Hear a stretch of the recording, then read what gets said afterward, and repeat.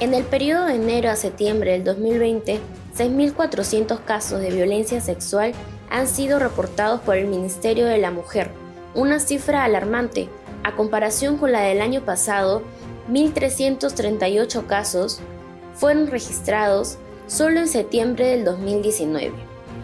La otra pandemia que estamos sufriendo en estos momentos debido al aislamiento y al confinamiento que hemos estado por tanto tiempo es el abuso sexual. La presunta violación en manada de una mujer de 21 años perpetrada el domingo en Surco ha conmocionado al Perú. Un juzgado dictó prisión preventiva de 9 meses para los 5 presuntos violadores. Creo que a raíz de este caso terrible en Surco, reciente de la semana pasada, ¿no? Se viene a colocar en la preocupación pública un tema que ha estado, una problemática que ha estado invisibilizada en realidad, ¿no? Que es la crueldad y la magnitud de la violencia contra las mujeres, que en muchos casos pues se manifiesta en estas violaciones colectivas, ¿no? Sin embargo, cuando el caso fue difundido, las redes sociales también se tornaron violentas y decenas de internautas, lejos de cuestionar a los acusados, culparon a la denunciante por lo ocurrido. ¿Por qué en el Perú se sigue culpando a la víctima? En muchos casos de violencia sexual, no quiero decir en todos, pero en la gran, inmensa mayoría, uno de los principales problemas es que siempre se pone en sospecha lo que dice la víctima, ¿no?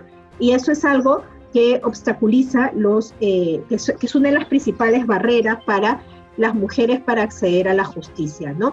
Y yo creo que este tema debe ir más allá de los aspectos familiares, le corresponde al Estado investigar y sancionar adecuadamente un crimen tan terrible como este. En el 2018 hubo una modificación a la normativa del Código Penal a los delitos sexuales, donde se especifica que debe considerarse como elemento central de los delitos sexuales la falta de libre consentimiento, no solo cuando hay violencia o grave amenaza, sino por cualquier entorno en el que no se pueda decidir libremente. Aún es usado, en realidad, como una forma de justificación.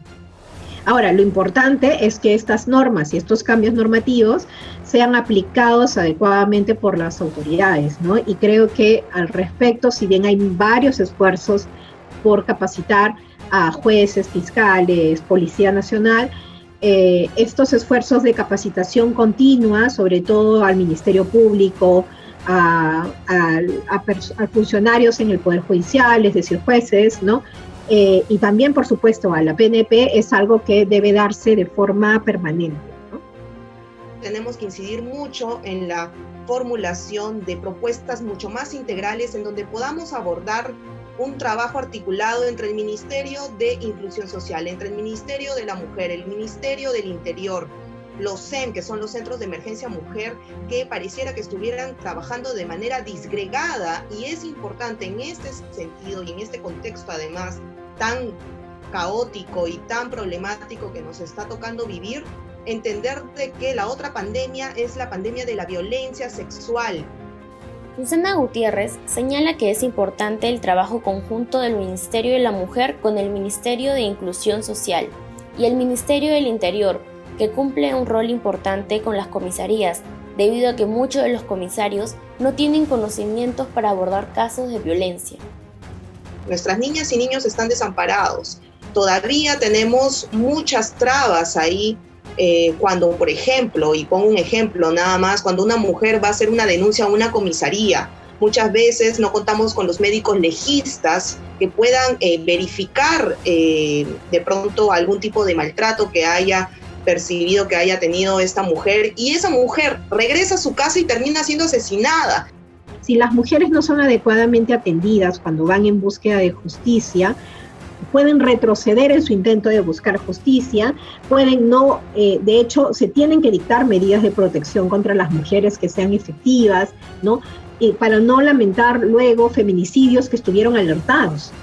Los delitos sexuales son los que menos se denuncian, debido a que muchos de estos se cometen en el ámbito amical o familiar, y hay una gran estigmatización contra las mujeres que sufren estos agravios.